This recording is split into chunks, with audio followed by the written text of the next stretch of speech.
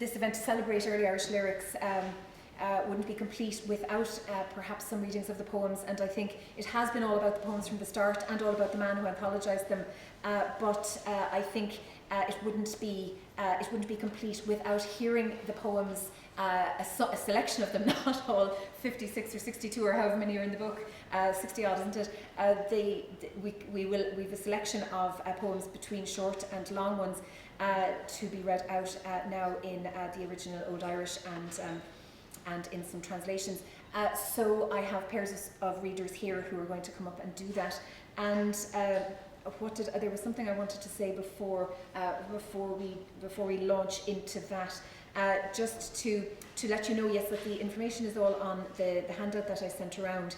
And oh yes, I know what I wanted to say. I wanted to say that Katrina O'Doherty and myself were chatting about this the other day, and she observed that it is a marvellous thing that Liam O'Marahu, who's with us, one of my mentors also from the old days, is going to be a physical manifestation of dúib today, because he will begin proceedings with a reading of Meshuggah's Pongerbón, and he will finish with his daughter Sheila on Scél and dúib, and which of course is our eponymous poem for today's proceedings. So I wanted to remark that in advance, that you will be a physical manifestation of the featured dúnibs of medieval Irish and classical modern Irish poetry. So I thought we'd begin with that. And so over to Liam and Tomás Liam O'Marahu, who will read Meshuggah's Pongerbón in Old Irish and Thorna's modern Irish version of the poem as published in Éirú.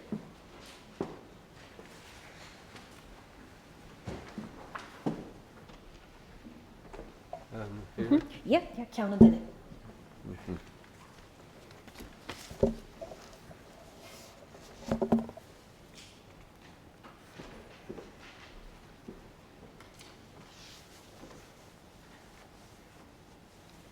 This is live. Come on.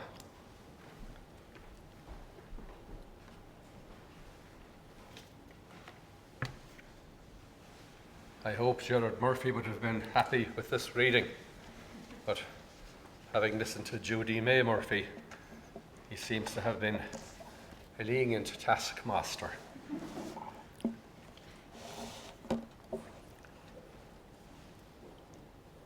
Meshuggah agus Pongerbón, Ceachtar Nathar Fria Handáin, Bíth a Venda Thuv Friselg, Mo Venda Chéin im Hancherd. Carm Seo Fus, Fergach Cú, Og Ma Lavrán, Léir Ingunú. Ní Forimdioch Frium, Pongerbón, Carid Keshin, a Wachdáin. O Robium Scél gan Scíis, nor Dagdish, nor Naindíis, Táithon, Díchtide de Clus, Ní Fristardum ar Naithius.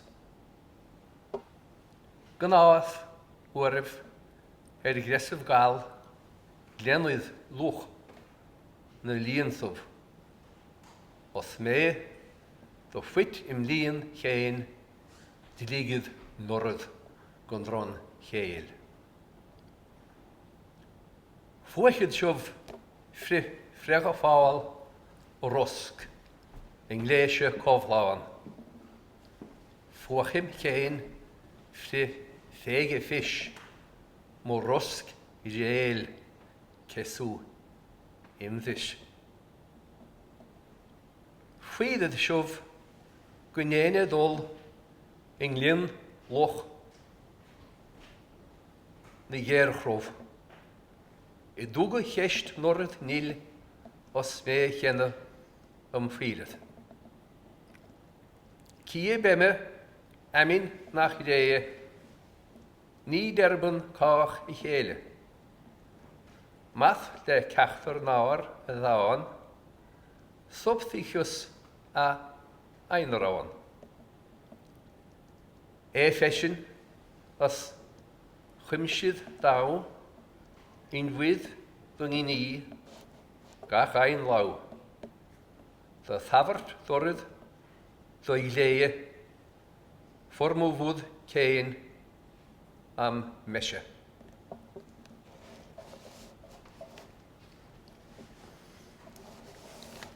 Agus an legan núghailge rastig tórna.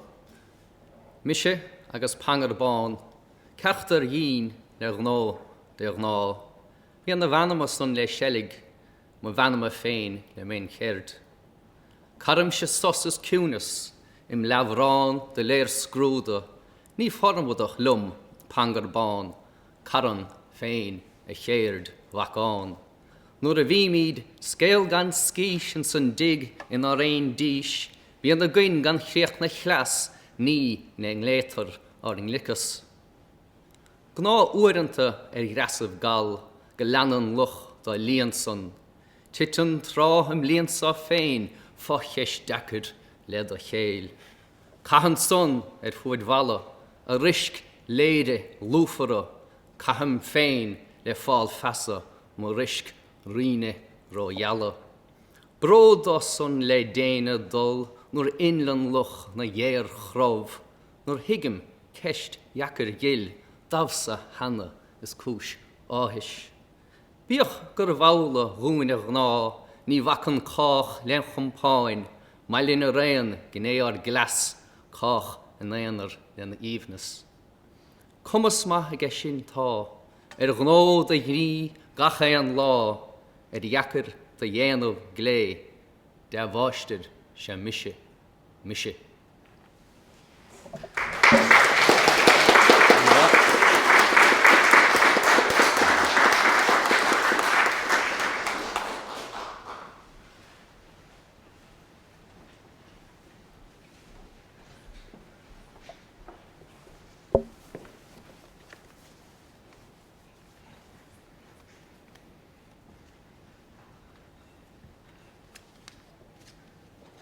Seohéan dán an téin beag.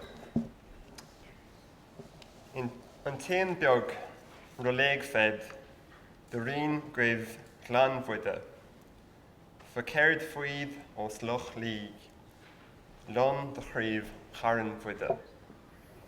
Agus dan cheanna in óghailin. In téin beag leg fed, de rion a rib glan bhuí, ceolan faoi os loch lí, an lun den gríomh bhar bhuí. En is an dán an téin garas. An téin garas as an tail, áling gwydibnéin is glan gar. Rin bin buide fear ddiv drin, cas cur cyrthur, goth in dlin. Éan a fedaíl in san tail, álainn go bín an glór gluin. Bui rob bín an divéin drin, ceol is cíine, go an lin.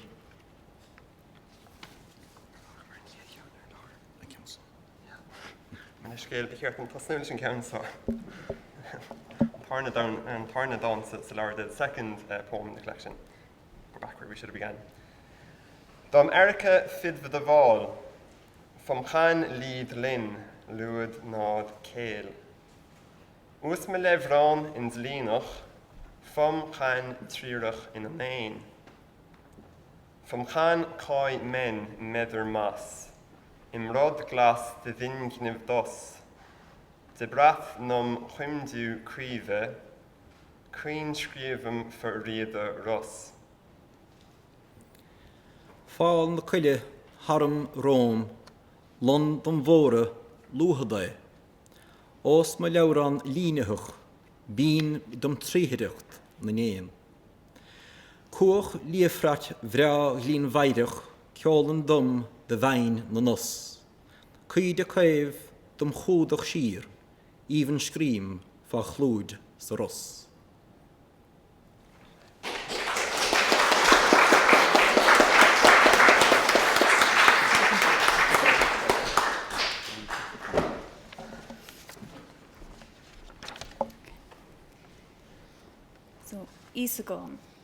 Isagón, Allerlum im Yishradon, Cia be cléireach go lín sé, is breig ille acht ísagán. Altram allar lum im hig, ní altraf nach dóir ahig. Ísú go verh nive, frim chryde gach einadig.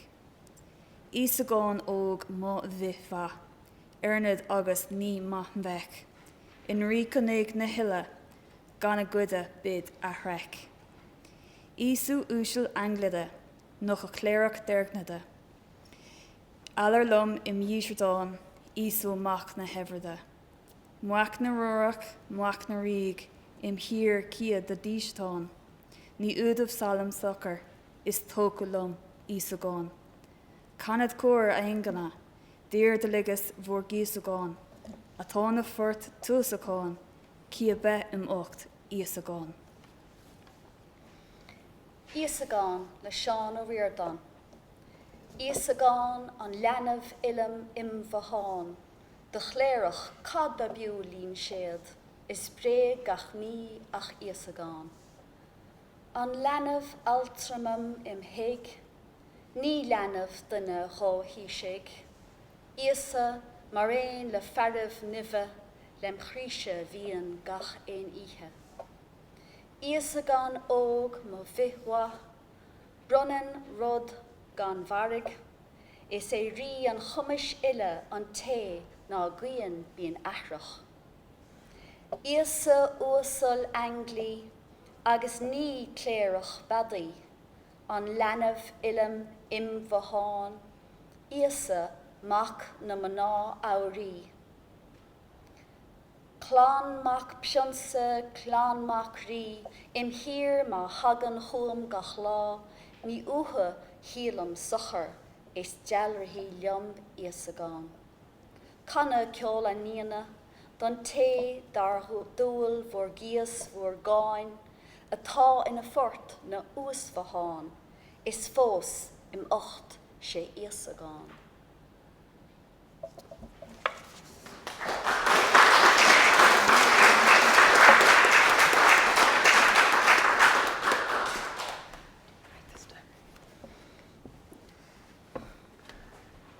A bhé dhúlaigh at a teoch, is tú marúnid grath.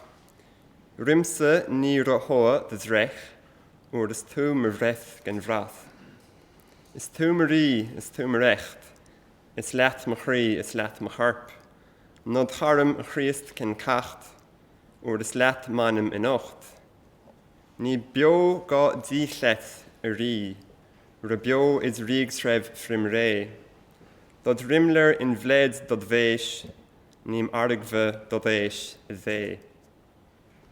Aistrachán nuachailge le brian ó Dhonnchadha. A dhé dhilig impiam art, is tú marúní le rá, armsa ná humpig de grach, or is tú mar bhre gan bhrá. Is tú marí, is tú maracht, is tú mar chrí, is leat ma harp, caram chu a chríos gan chacht, or is leat manam a nocht. Ná ráwad á dhíchelt a rí, go ráwad it rísef lem ré, go mellid an lea ded véis, ná fág mé I déis a dhé.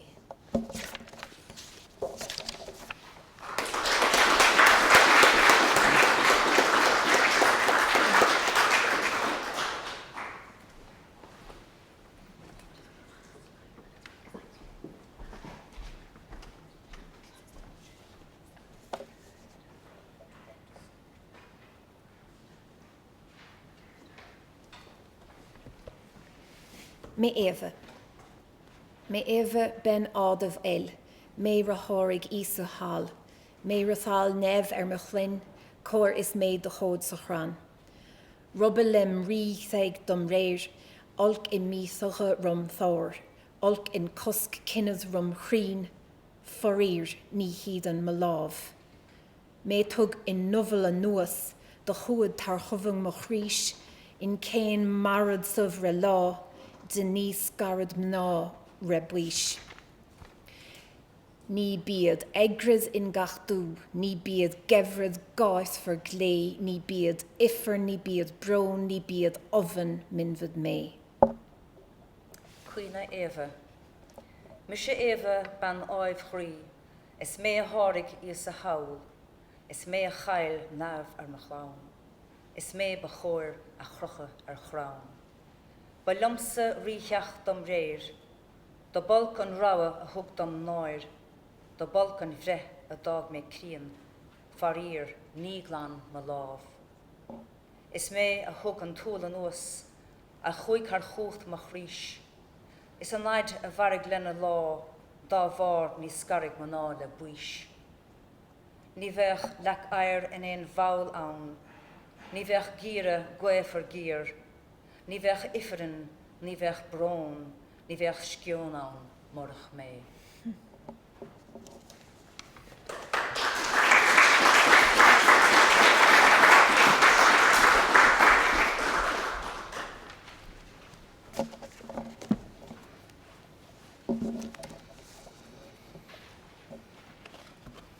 Phil Soul Mlash, Fechwas Aaron Dara Hash, Nuka Nakava Irmaha, Firu Aaron Nach Amana.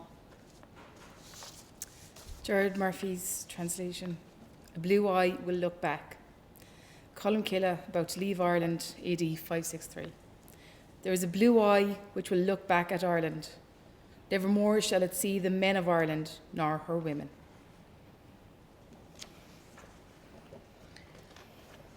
Rubbas Melach, a Vic Maye, Dingniv Revan, Askniv Tartun Tupper Neelan Ducham Neirden.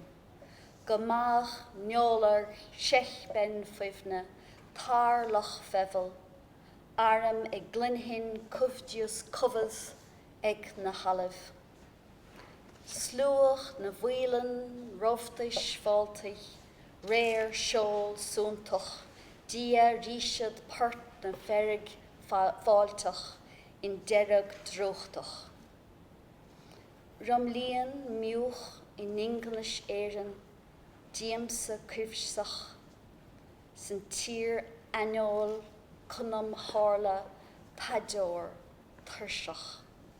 Troch an tourist of Re Formsa, a Ri Ruine, Och, Ní má neachad ba déana da cha choile. Ba mach ngéanar da vach diama, na chil chredlig, aram e glinhin hir in Normaig, mian dom venven.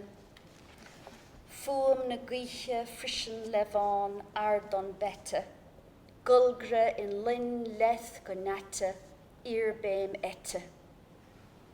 Eistach de gomoch e ros grenche, frischen davrod, Quickadal na goch don idfod vroeg havrod. Rochrádagas iatha éirin, delam ken elach, fesh eg covchal, court go kaindach, robbod melach. An Exile's Dream, ascribed to Colm Killa, who died AD 597. It would be pleasant, O Son of my God, in wondrous voyagings to travel over the deluge-founted wave to Ireland. The Mag Neirlig by Benvenna across Loch Foyle, where I might hear tuneful music from the swans. If the red dewy one were to reach welcoming Port na Ferg, the flocked seagulls would rejoice at our swift sailing. Away from Ireland, sorrow filled me when I was powerful, making me tearful and sad in a strange land. Grievous was that journey enjoined on me, O King of Mysteries. Ah, would that I had never gone to the Battle of Culdrevna. Happy for Diva's son in his holy abbey, where I might hear what would delight my mind in Durrow in the west. The sound of the wind in the elm making music for us, and the startled cry of the pleasant grey blackbird when she has clapped her wings. Listening early in Rosgrencha to the stags, and to cuckoos calling from the woodland on the brink of summer. I have loved the lands of Ireland. To pass the night with Covgull, to visit Ciannach, how pleasant that would be. Is sciath na chrov an scríbin, ní díhan mach léas gerol, sketed me fian gulban chéalde, Dich neelde de hoofd legerum. Brinnend sjoem neekne neegarn. As me love dagen desmus. Dorted a jeeg voor gullen. De hof in gullen genetschlas. Sheenem me fian milk mrenach. Tar enig lever liegol. Gan skar fri helve shechen. Dien skies me grof onschreven. My hand is weary with writing. My hand is weary with writing. My sharp great point is not thick. My slender beaked pen juts forth a beetle-hued draught of bright blue ink. A steady stream of wisdom springs from my well-coloured, neat, fair hand. On the page, it pours its draught of ink of the green-scaled holly. I send my little dripping pen unceasingly over an assemblage of books of great beauty to enrich the possessions of men of art, whence my hand is weary with writing.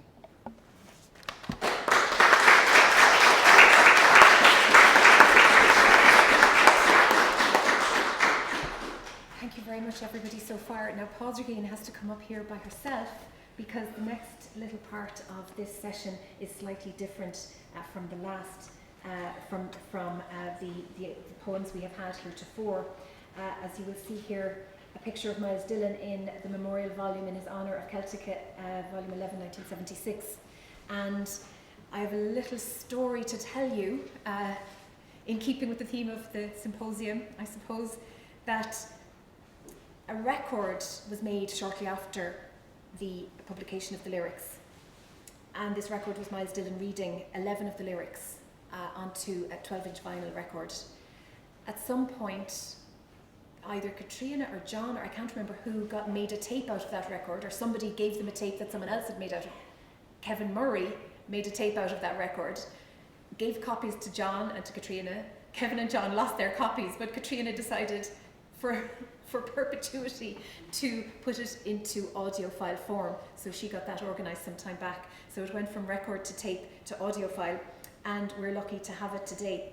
Now, you will notice, those of you who have the handout with the programme of this poetry reading, that we came up with a whimsical title for this section, the Alshikas ind Rekere.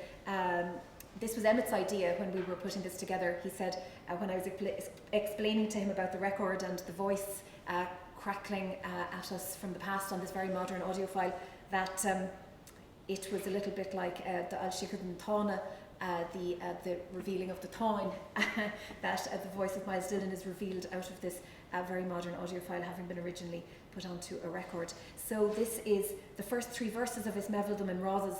He didn't read any more of it, I think possibly because in Quatrain 4 there are some problems with the text and he decided to leave it, but Pádraigín will read the entire translation afterwards.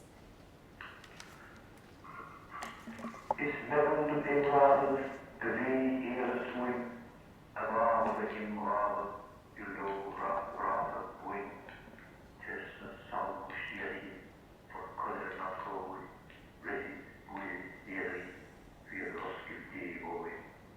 They add up to afterward, they win one boy, they quite they hot hot, is to not life.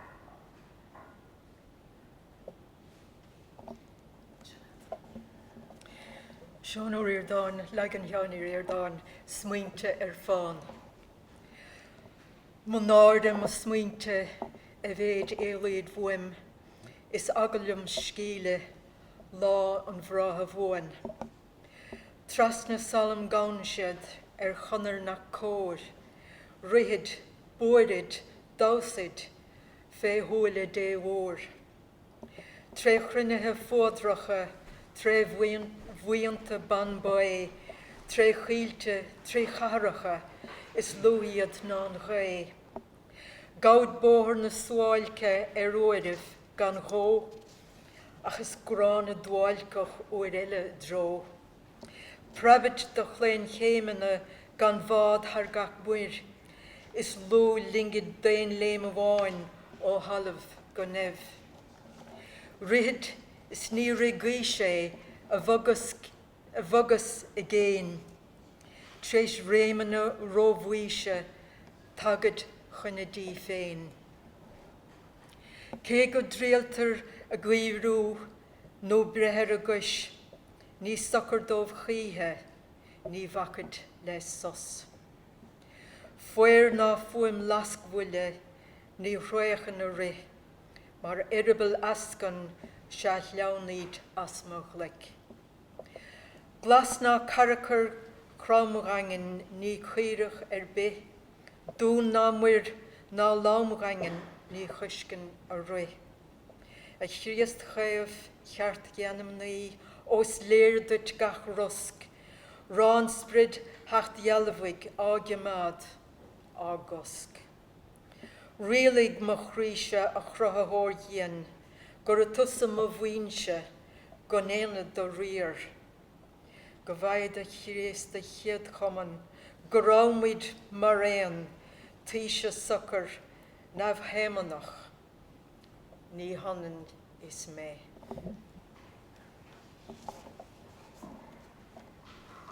Could the would ye have it put to them? They give it your dog a shake to the keyword a evening. Could there should some of the side, the easy, we die, the games and toilet, yet, to the key that is doing it. Could it go on? Really quickly, resharing it so our lovely audience can actually hear the audio because it wasn't going out to them.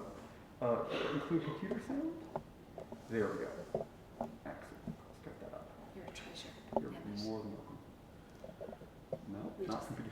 Way down here. Murphy. Yeah, it's way down here.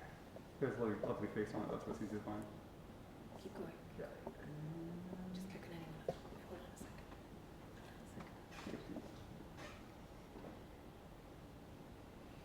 Sorry, everybody. It wouldn't be right if there weren't some problems. You have to agree with me on that one. All right. Slideshow. Thank you, Herbert. Could the would ye have it put to them? They give it your dog a shake to the keyword a evening. Could there should some the side, the easy, we die, the games and toilet, yet, to the key that is doing it. Could it go on then up front? Oh, siske to bright jewa, the one eye, oh, the lava, the rose here, Jim, brother. Robin on the squadron chess, Jaggy, the Navigators, Darklow P and Wine Wood, that kept calling or Riley. Robin on the squadron to it, sin with in high as a ruin, that the swine and sheer the rain, that can fire the quality. Robin on the squadron here, I'm in a guardian, felt the red came for village, that doctor who that is. Robin on the squadron tight, gathered down and Emerson, that dog quite in the that can get you in the why ears the ear, answer circle or career, might see British of Sui, more like your free here with or scar of yeesh with it, this scar of yellow fine by it, this scar of quick free hand, alive locker, see carving.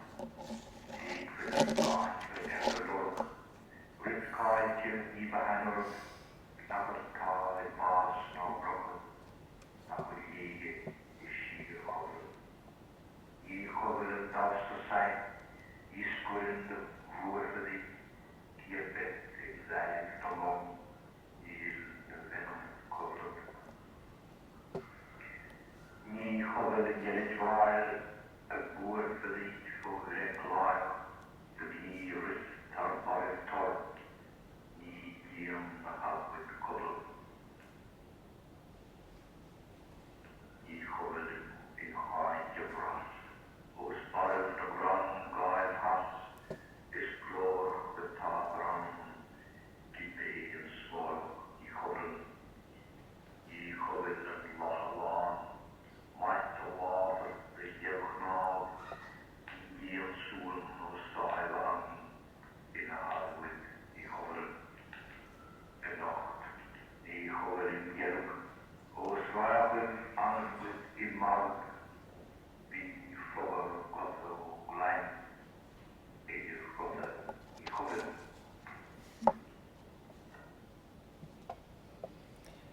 Dearmid, sleep.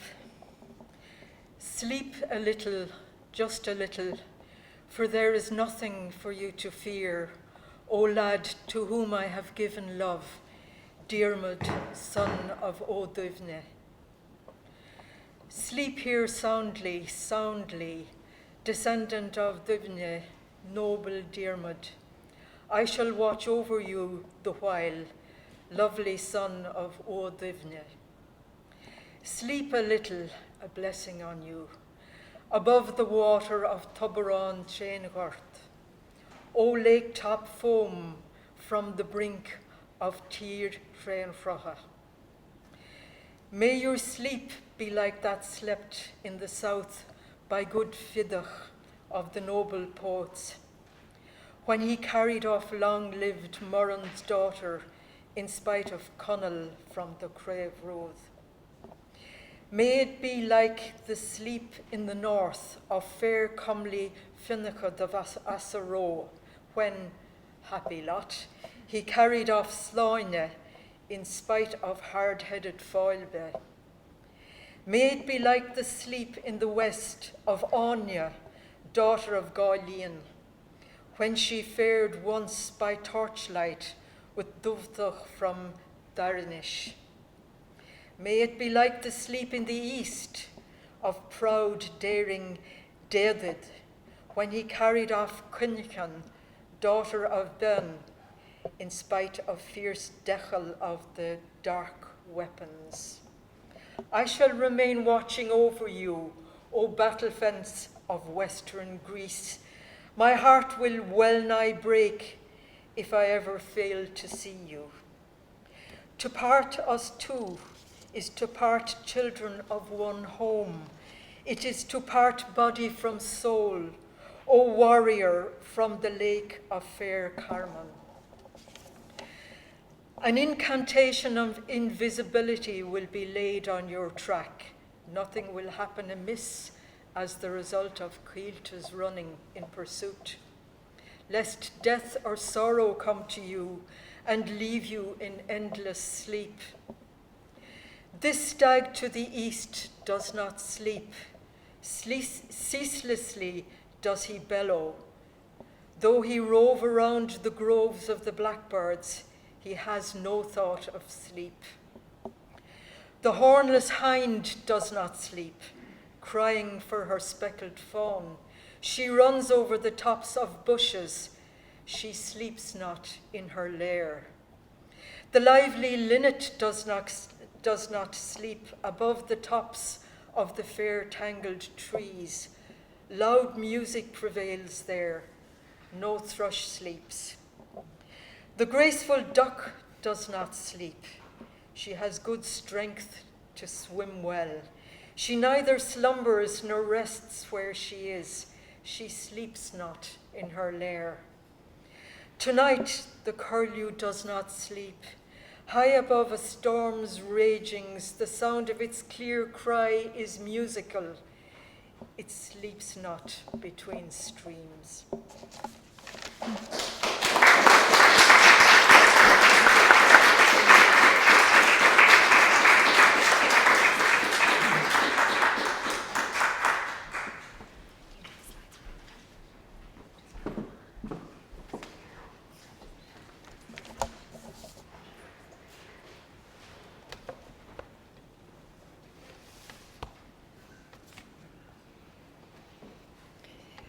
from the poem that Thomas spoke about yesterday in Cover Liazana agus Curther.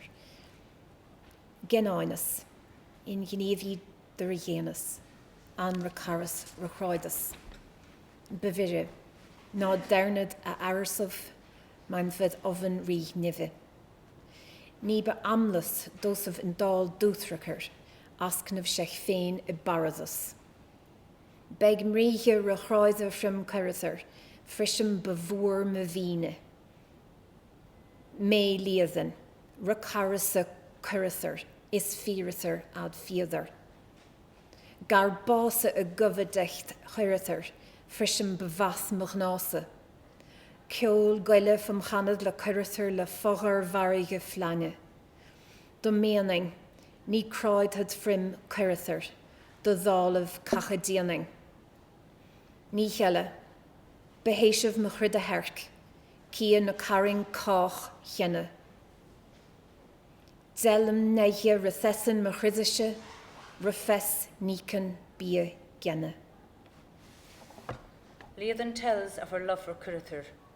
Translation Gerard Murphy. Unpleasing is that deed which I have done. What I loved, I have vexed. Were it not for fear of the King of Heaven, it had been madness for one who would not do what Curther wished. Not profitless to him was that which he desired, to reach heaven and avoid pain. A trifle vexed Curther in regard to me. My gentleness towards him was great. I am Leithen. I loved Curther. This is as true as anything told. For a short time, I was in the company of Curther. To be with me was profitable to him. Forest music used to sing to me beside Curther, together with the sound of the fierce sea. I should have thought that no arrangement I might make would have vexed Curther in regard to me. Conceal it not, he was my heart's love, even though I should love all others besides. A roar of fire has split my heart. Without him, for certain, it will not live.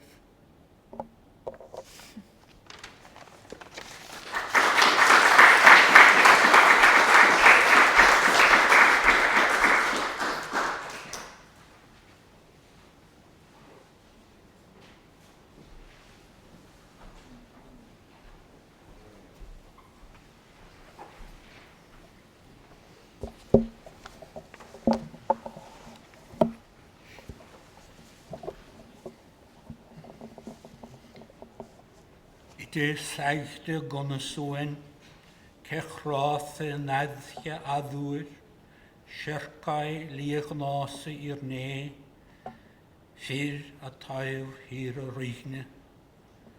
Rochrad fyr alle hide, rohíocht shech a chovdine, rugmeli ni lord a dhath, lim lege de hinderrod. Binu Líðir a lafrud, ach rích nive naif adrud, an breo ken vreithir mrashe, keile tanna taif hashe. Imsan iddo rubsan áid, ní dhín frí dúla dhadháil, ó do lodd in inder of nísh, rom chav ma héide tochísh. Fátam Kech ma lagúire, le rích naidna adúire, tugur ma venma wathif, ishinith in lochid. Canir in ieth edna áin, haivu kilechol main, an breo desluminich lechtach, dienad covenim dienachtach. Crádydd mwchrydd cainach, chrys cád oredydd, saig dy gwna swyn, cech rátha yn nadhge adwys. Hwyl chwa chreia in agantul le Thomas O'Flynn. Saide iad sa a gwynin sŵan, gach tra don ihe a ŵr, Traia gra a ceann gach le in dhéag an ó reichne. Ró gra dar ó híre mo a hárig a chomhhaintir. Sciub ma scéh is rug ma gha, is dag ma cí gan chola. Binne nágach lí a gha, ach naamh lí dé a aire. Blaire bra na cleachtach muamh ba leanán chailhang taobh bhín. Im leanamh dom is náirdach bhín, ní bhíoch mo gúil sa cholíocht, ó tháinig guagacht le híis, do mealach mé le rohhuis. Cé féim gach ma ó ghuaire ó rí aine a uaire, ma bhanama stré óm ghuathe, dá hír sin in íorlóchar. Cantar I dír aine an, I dimpel cile cholamán, glór an lí ó limnach has, darf anim dílis dínartach. Is crálim chrí a chríost cháig, mar a fuair sé an tanmhás. Said iad sa a ghuinean suan, gach trád an ihe a uair.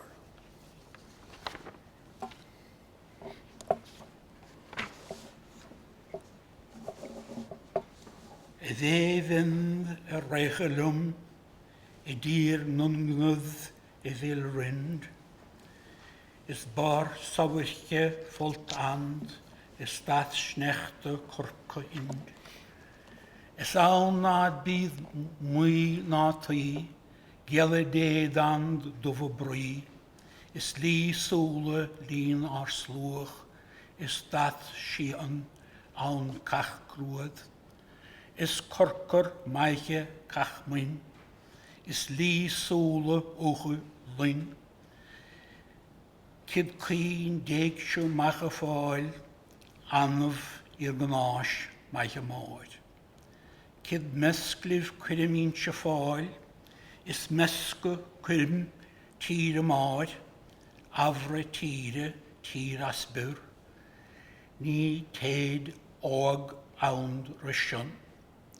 Srothe teith vilse tartir, roche de vid agus ian, Dine delignade ken hun, kumbert ken fekkud ken chol, ad hiem kach for gachleth, agus ni kon nakke nech, tevel wish adhiv, dod an archil arif. Edan di rish muhueth tend, is bar oer vies fort gend, mukur lath, lefnach le lind, rot vie lom and a veven. Aisling Vreaku in Afio le Thomas o Flynn.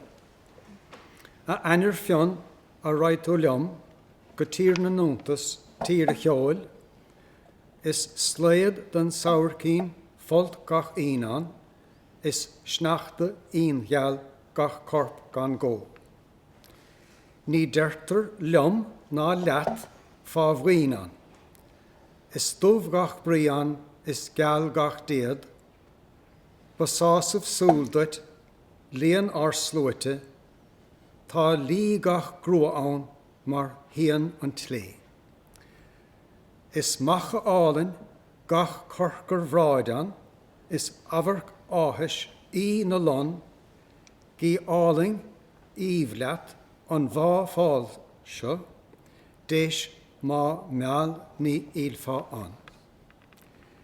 Gí marúil Máire lún sa tír seo, is súch fá bhíle sa bhábhúr, ráha gacha tíre an dúthaigh bhuimse, ní hagan an ná me don óg.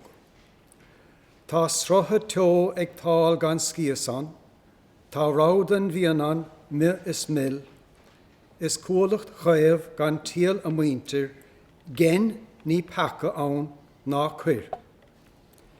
Chimid cách go léir gach taobh dín, do chách ní léir ar mreithríomh Néal de bhúr chean ábh úr sínsir a cheall líon arda fír. A bhean má hen tú leom don tír sin beag mion den órbhaí da chean, leon is leannacht, mil is fian, de jóor lem híomhán a anar fion.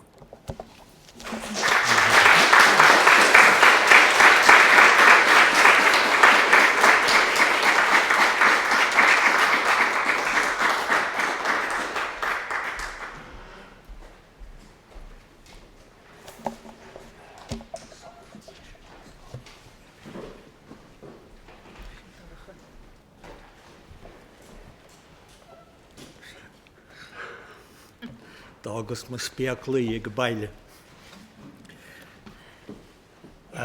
As the oldest person in the audience, in the room, I might preface my reading by congratulating Emma in particular and her team of co-workers for providing us with what has turned out to be a wonderful celebration of a book that has influenced, ever since it was published, generations of students of Old Irish and of scholars in general, and also of people who would have picked it up randomly and read poems from it.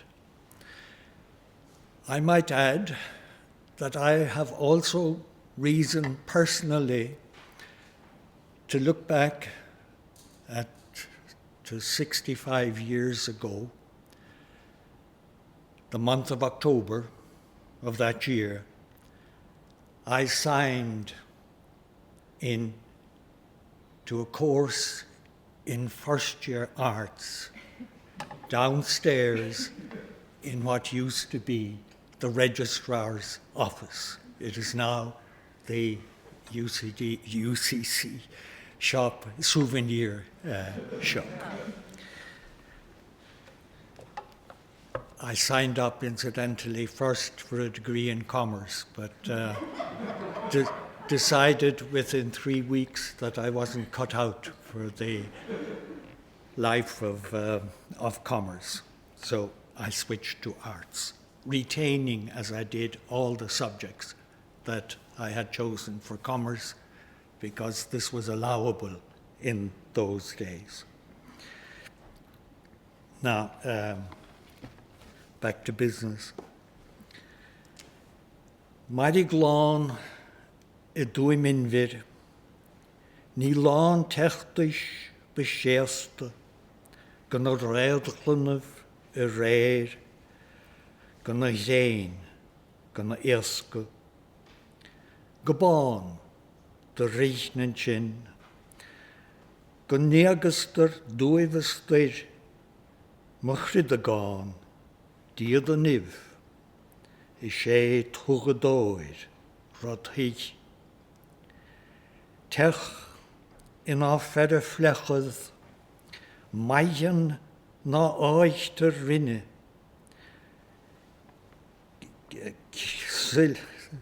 silsidir bíde lughvord, is gen útnacht nimme. Araglan, translation Thomas O'Flynn. Maraglan a dúm inivir, dún áras lán níor bheachtaí, réalta chan ma cholagum, an hríanán is an éasca.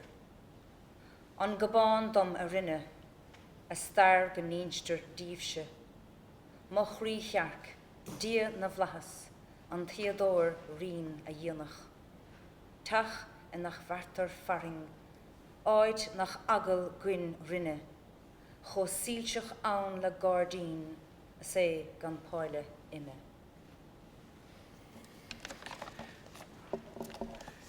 Gáid ma gaiideh glíð vinne. Glíðas retasach tinne, rása eidhvle ívne, díask og irnáv na brinne, garid lum, ma chof animne, fegad lán línas múra, boine rothrein rogadeve, iske rachor gúla.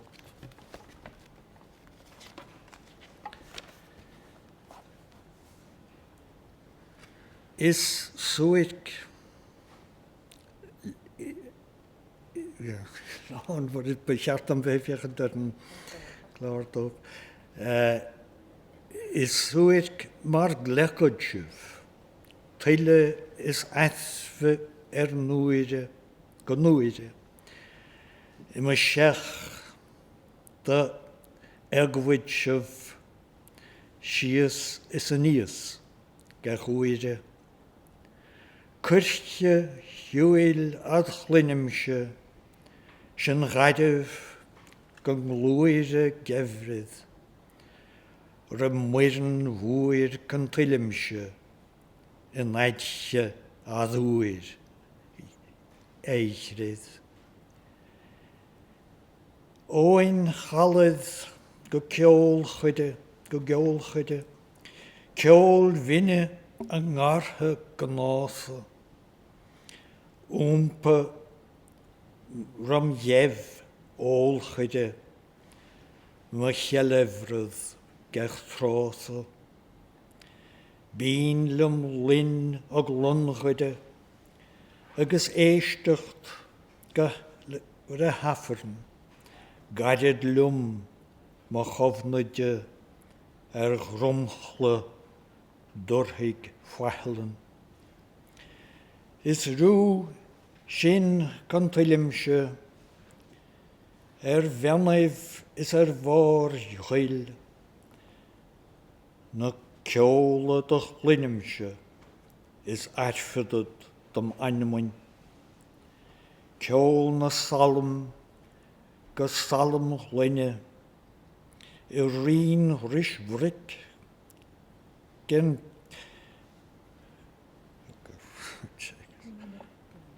bwyne, dordán daf dyn dafchide, da lecan erke uire. Codlad adŵr ein aidse, eistecht retressen tine, gotha eidefle ein lithe, didwyd edda chyle. Osnad gwyse, gefryd fwym dynne fagherifre, Geishydd lec wyr Emerita ag Maeve triagoir na gaidive. The Cry of the Garb, translation Gerard Murphy. The cry of the tunefully roaring garb, sounding against the sea's first wave. Great lovely schools of fish swim about in its bosom. My patient activity is not wearisome to me. My looking at the tides which fill the banks, the mighty torrent of the great garb, and the sea water thrusting it back. It is pleasant to see how they wrestle, flood tide and cold ebb. They occur in due succession, perpetually up and down. I hear melodious music in the garb at the time of its winter splendor. I sleep to the sound of great revelry on a very cold, icy night. Musical birds of the shore, music sweet their constant cryings. Lonely longing has seized me to hear their chanting as they sing the hours. I love to hear blackbirds warbling and to listen to mass. Time passes swiftly for me as I rest above Dúib Fahlein. I sleep to those melodies on mountain tops and treetops. The tunes which I hear are music to my soul. Chanting of the psalm, pure psalms, at the point of rust brick. which will not long be so called. Roar of the brown-belling stag from the cheek of cold Erk. Very cold sleep through a whole night, listening to the billowy sea. Great callings of birds from the wood of Fithquille. Sigh of wintry wind, sound of storm beneath an oak tree. Cold sheeted ice roars, breaking up at the cry of the garb.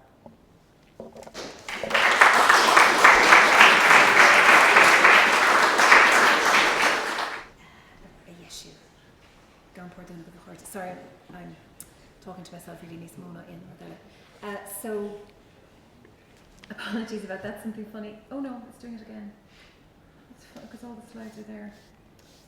Maybe we'll just do it this way. Yeah, we just have to do it this way. For some reason it won't let me present it as a slideshow for some reason, even though the slides are there. Anyhow. These are the images you missed. I want you to see those nice acorns there. And that was the last of Gorna Garve. So We're not going to have a dúib this afternoon. we will have a dúib. Oh, Sean, you're like Brick Crew over there in the corner. No, we're having a dúib. We're having it. You won't be able to see the slides in as aesthetically clean a way for some obscure reason. But anyhow, over to yourselves. I've had a cough, but I took a COVID test, which was negative.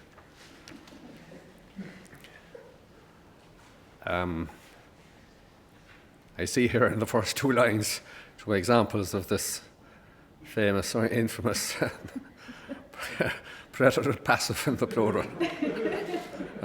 Scholars have had sleepless nights over. Ro loshkid malavaso. Ro koshkid no ginevaso. The huid twille táinnig tráich go ra báid na bríochaso. Adlochar don dúlahún, fuórsochar go sár vedar. Fadam a lá method trúig, robá uair go hálahfuil. Robsum áile arachto, fuór man táide, tavarto. Níd hláith túig tíal don vith, roscaich morith ravarto. In brúran beg bisisju, don trúachan trúach trosktissi. Mír chlochte, mír chnaif, mír an láif thoskishe. Gerard Murphy's translation. These hands have been withered. These hands have been withered, these deeds have been prevented. Flood has gone, ebb has come and has destroyed these powers. I thank the Creator that I have had profit with great joy. Long as my day in wretched life, once I was beautiful. I was the fairest in an assembly. I have enjoyed wanton women who would give. Not weakly am I journeying from the world. My springtide course has ended. The little heap of fragments you break for this wretched fasting wretch, a morsel of it is on stone, a morsel on a bone, a morsel on this withered hand.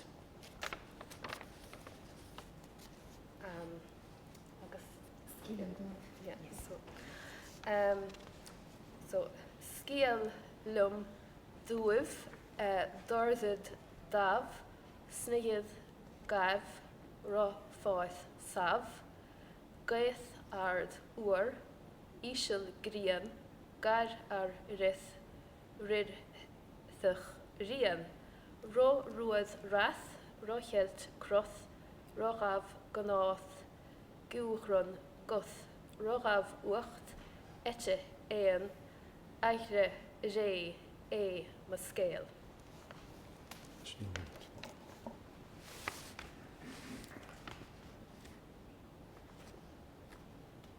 Leith más ó flin seo. Scél leom díomh daf gléie. Snachta sír saura diag. Gae haar dúr ísol grían gear o ré muir gan srían. Rahin a chrua, celt chló, ardíon cain a hana ghór. Snían fuacht etí ían air ré sin ma scéal.